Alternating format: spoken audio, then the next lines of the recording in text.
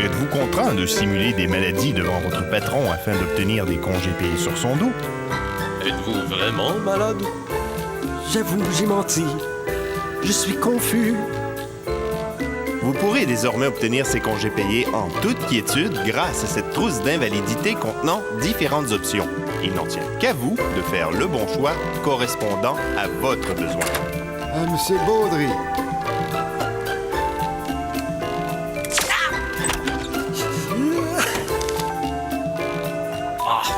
Mon ami, c'est terrible ce qui vous arrive. 5 jours de congés payés vous feront le plus grand bien. Obtenez 10 jours de congés payés avec la grippe espagnole, 3 mois avec le choléra et obtenez 9 mois de congés avec une maternité. Oh, Baudry, ça va? J'espère que votre lèpre se soigne bien. Dans un an, tout ira mieux, patron. Vous nous manquez au bureau. Tout le monde a hâte de vous revoir sur pied.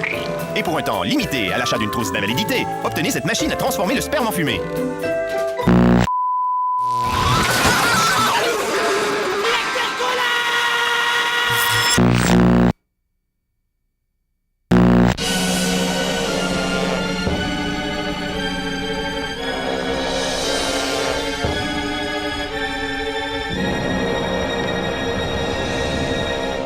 Tu vas tout reprendre depuis le début. Ah ben bon sang, ça fait 10 000 fois que je vous le raconte. Peu importe, je veux l'entendre à nouveau.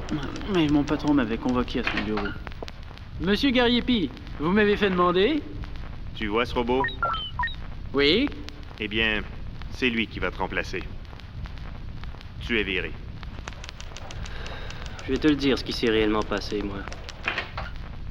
Tu m'as fait demander, Gariepi? Ah, mon cher Léon. Vous faites de l'excellent travail. Vous êtes augmenté. Non, monsieur Gariepi. Mais cette histoire ne tient pas debout. J'ai jamais tué mon patron, appelez-le, vous verrez bien, il est encore en vie. Ah, vous êtes fortiche, mais je vais quand même réussir à vous casser. À quelle date précise avez-vous commencé à travailler? Laissez-moi me rappeler, ça fait tout de même 5 ans. Ton salaire de l'heure? 10 dollars. À la semaine? 350 dollars. À l'année? À l'année? 18 000. Vous êtes dans un désert et vous marchez dans le sable. Quel désert? Tout à coup, vous voyez un cléonien, Léon, qui rampe vers vous. Un cléonien? Vous savez ce qu'est une tortue? C'est pareil. Oui, je vois ce que vous voulez dire. Vous retournez cet animal d'un geste brusque, Léon. La tortue gît sur sa carapace, le ventre brûlant au soleil, battant des pattes pour essayer de se retourner. Mais ne peut pas. Pas sans votre aide. Pourquoi vous ne l'aidez pas, Léon? Je l'avoue, je suis un lâche, paresseux. À la bonne heure, tu es maintenant prêt à passer à l'étape suivante. Bonjour, messieurs. Vous êtes dans un séminaire offert par le bureau de chômage afin d'apprendre comment vous trouver un nouvel emploi. Je vous conseille d'écouter mon cours, tas de perdants, parce que lorsque vous sortirez d'ici, vous vous trouverez du travail. Et si vous pensiez que le chômage était des vacances, vous vous trompiez, espèce de bon en rien! Bonjour, monsieur, je viens postuler. Eh oh! Mais qu'est-ce que vous faites? Vous serrez la main comme une mauviette.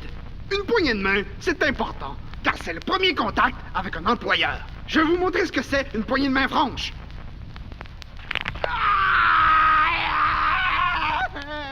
Médical!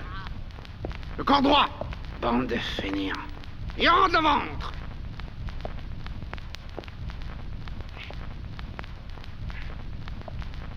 Tu sais ce qu'un employeur ferait, un employé accoutré comme toi? Médical!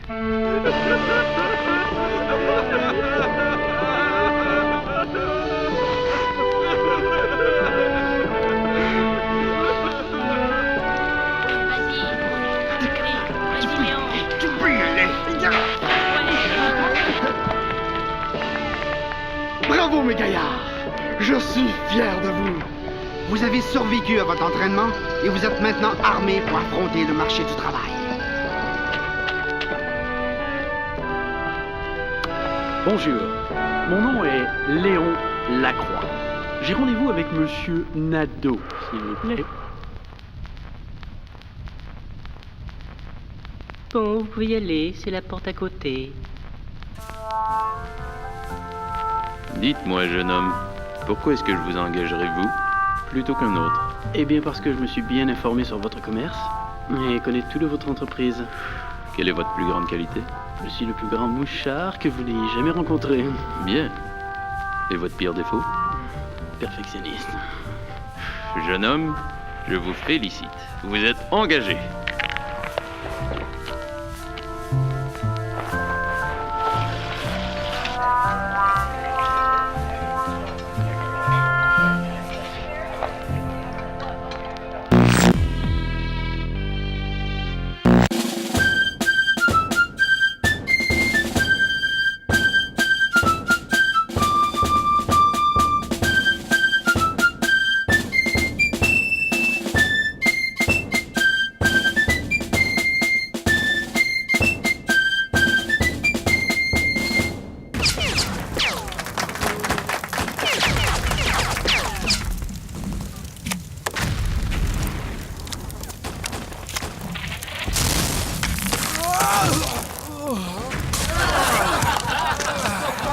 Salut, Lozon!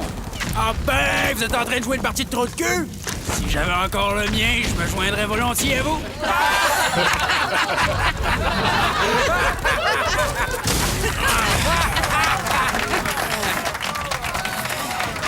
Ah ben! Hey, boulanger! Salut, gars. Salut! Salut. C'est quoi pour moi, toi? Ah oui, justement! T'es un petit vénard, toi! Il y a juste toi qui as du courrier cette semaine. Tiens! Merci. Oh! Maudite merde! Hey, boulanger! Qu'est-ce que tu fous? Je m'étais engagé dans l'armée pour me sauver d'une coupe de contraventions pas payées. Mais là, la police vient de me retrouver. Ça fait que moi, je l'ai, la solution.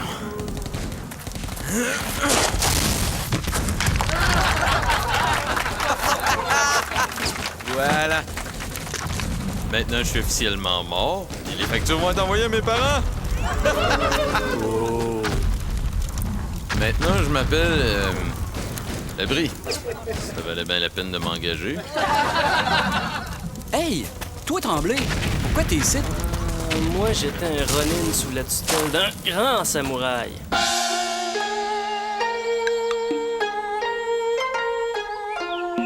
Puis par un bon matin, ben, mon maître est mort avant d'avoir fini mon entraînement. Fait que, comme le voulait la coutume des Ronin, il a fallu que je me fasse un harakiri. C'est après ça que je suis devenu un genre de vagabond sans utilité. Ouais, jusqu'au jour où je me suis trouvé une nouvelle raison de vivre. Eh ben. Pis toi, Landry, c'est quoi ton histoire? Ben, moi, avant la guerre, j'étais danseur de ballet.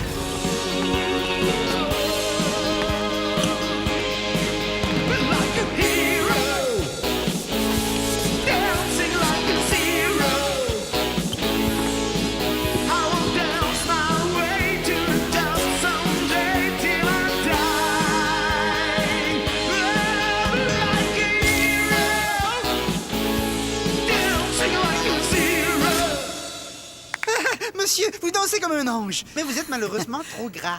Hein? Je t'ai embarqué dans l'armée pour perdre du poids. Ah ouais, montre-nous donc ça. Fais-nous donc une coupe de stepettes pour voir. Oh non, non, non, non. Ouais, comment? Bon, OK. Besour!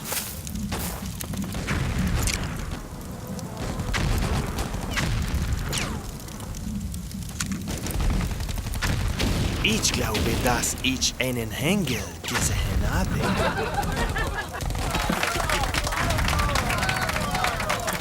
Puis toi, c'est mort. Moi, j'étais tranquillement assis devant un feu de foyer chez mes parents, puis je demandais rien à personne. Mes parents voulaient m'enrôler, puis pour me soustraire à ça, j'ai quitté la maison, puis je me suis mis à courir droit devant moi sans m'arrêter.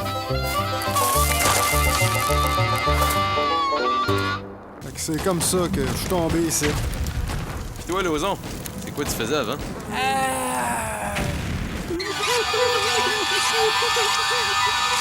Moi, contrairement à vous, ma vie est bien trop banale pour qu'elle vaille la peine d'être racontée. J'ai ici une lettre pour l'abri. Maintenant que c'est toi, oui. je vais te la donner. Merci. Oh, sacrement! Je suis convoqué au peloton d'exécution pour charge de haute trahison. Paraîtrait que j'ai baisé avec la fille d'un général. Tu vas crever pis t'as même pas eu ce plaisir, puceau!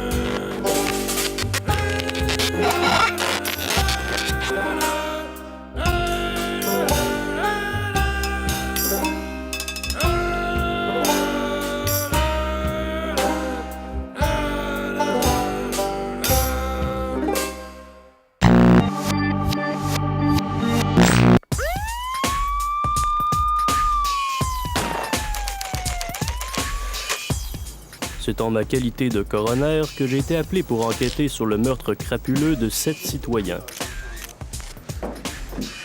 Ma première théorie était d'abord celle de l'homicide.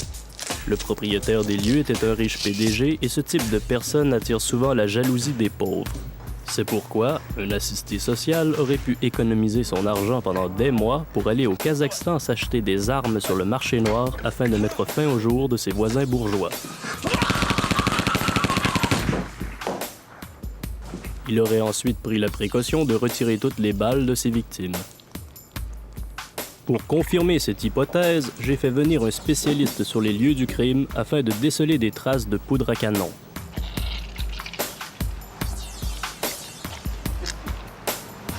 Non, il n'y a pas de poudre là-dedans. Ma deuxième hypothèse fut celle du complot. L'individu étendu au milieu de la pièce avait une bouteille de champagne ouverte dans la main. J'avais aussi remarqué que les plafonds du logement étaient en angle. Pour confirmer cette nouvelle hypothèse, j'ai demandé l'aide du corps policier.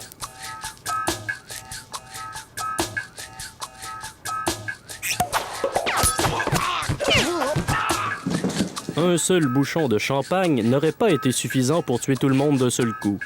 C'est pourquoi il aurait fallu un deuxième tireur embusqué. Malheureusement, aucun autre bouchon n'a été trouvé sur la scène du crime. Confronté à ce manque d'indices, j'ai décidé d'aller questionner le voisin d'en face. Je lui ai demandé s'il avait remarqué quelque chose d'étrange durant les dernières 24 heures. Grâce au témoignage de l'agent britannique, j'ai pu reconstituer les véritables causes de cet événement. Plus tôt, dans l'appartement des victimes, j'avais remarqué un superbe lustre en cristal. En heurtant ce lustre, le rayon laser de l'agent britannique s'est fragmenté en 7 rayons qui ont tué tout le monde d'un seul coup. L'affaire fut classée automatiquement car l'agent secret britannique avait un permis de tuer. Je vous invite donc à revenir la semaine prochaine pour une autre crime d'autopsie.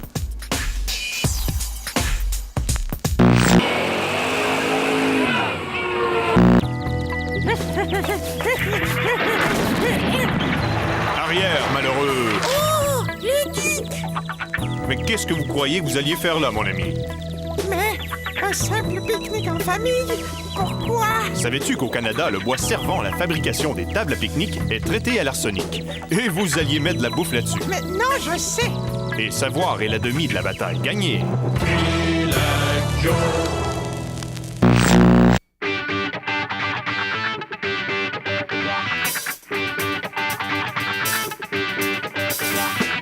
Robert, le ninja blanc, est un héros des temps modernes qui fait justice lorsque son jugement personnel et très biaisé le lui dicte. Son costume ne lui permettant pas d'entendre quoi que ce soit, il est équipé d'un système hyper perfectionné de talkie-walkie permettant d'entendre à 15 mètres à la ronde.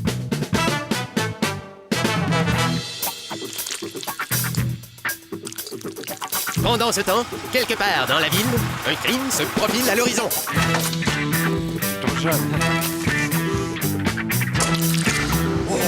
En effet, cet élève est seul au volant de cette voiture sans aucune forme de supervision. Robert ne saurait tolérer une négligence aussi criminelle. L'heure de la vengeance a sonné.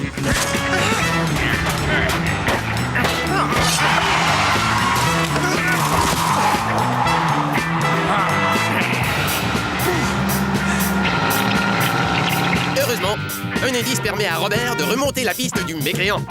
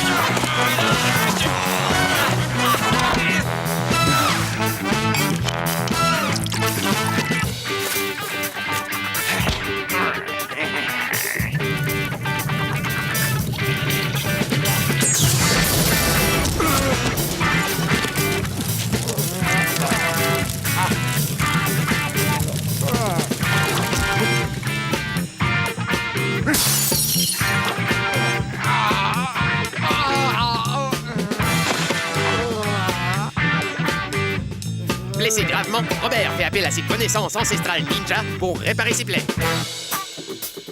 En effet, à l'aide des matériaux qu'ils avaient à portée de main, les anciens ninjas savaient aussi bien guérir et protéger que détruire et blesser.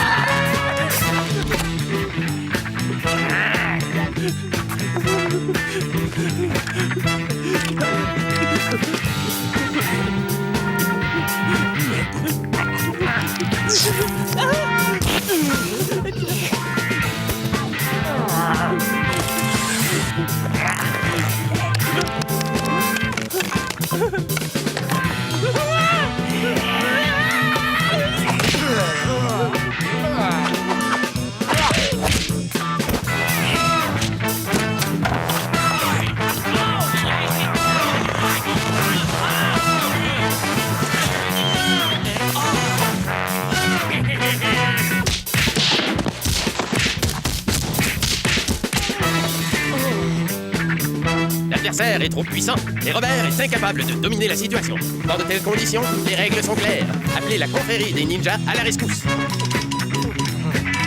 Son cousin, Gaston le ninja Fuchsia, pourra intercepter la communication et intervenir.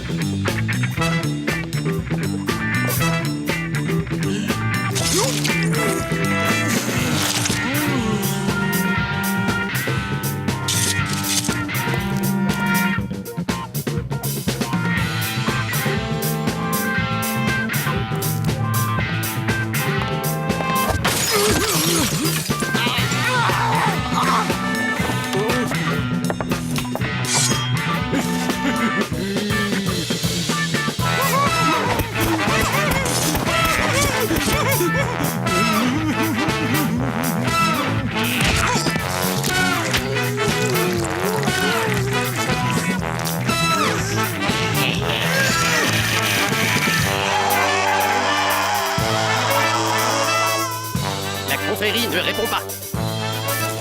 Dans ces conditions, la retraite semble la meilleure solution.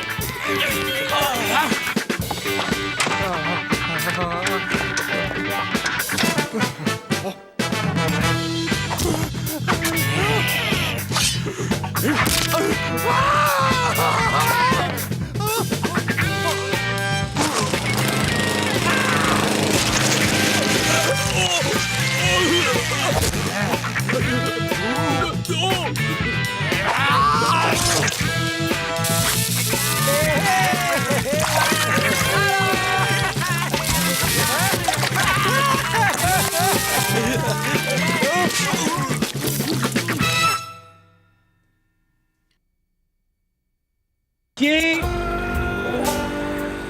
1, 2, 3.